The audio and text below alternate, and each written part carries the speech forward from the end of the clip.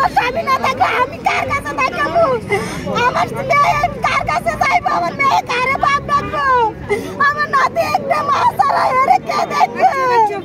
তোমাকে মানতে লড়তেছে বিউটির পথের ভিতরে যাইতে পারছে আর ওরা মারে দূর করছে করে করে হাসপাতালে মারতে মারতে এদিক থেকে জমগানা দিচ্ছে এরপরে নিজের হাসপাতাল নেওয়ার জন্য আমার সুযোগ দিতেছে না।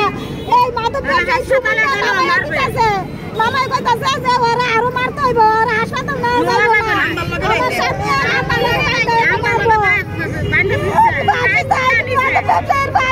আমি সুমিটার বাসে যাই আমার স্বামী না থাকে আমি কার কাছে থাকবো? আমার মেয়ে কার কাছে যাইবো? আমার মেয়ে কারে বাপ ডাকবো? আমার নাতি একটা মা ছাড়া এর কে দেখবে? আমার স্বামী তোমাকে ভাঞ্জা লড়তেছে আর যদি কিছু হয় সুমিটার আমি ফাঁসি চাই ফাঁসি চাই।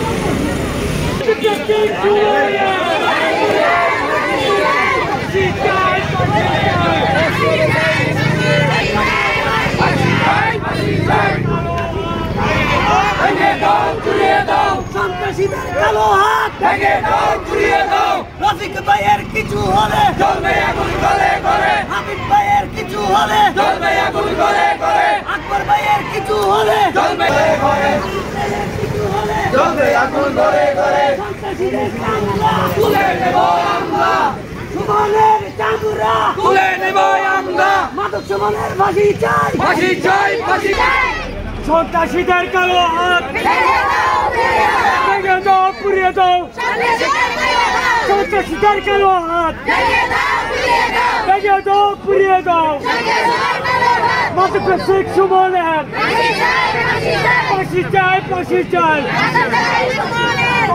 কিছু হলে অনেকে আমার ভাই আছে ছেলে আছে সবাই আছে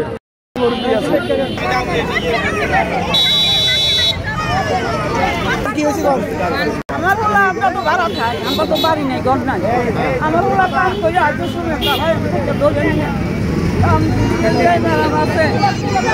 আতুরা দিয়া পিসছে আমি না তো আতুরা দিয়া পিসছে 20,000 টাকা মালিকের থেকে লইছে আর মোবাইলটা হয়ে গেছে আমরা গরিব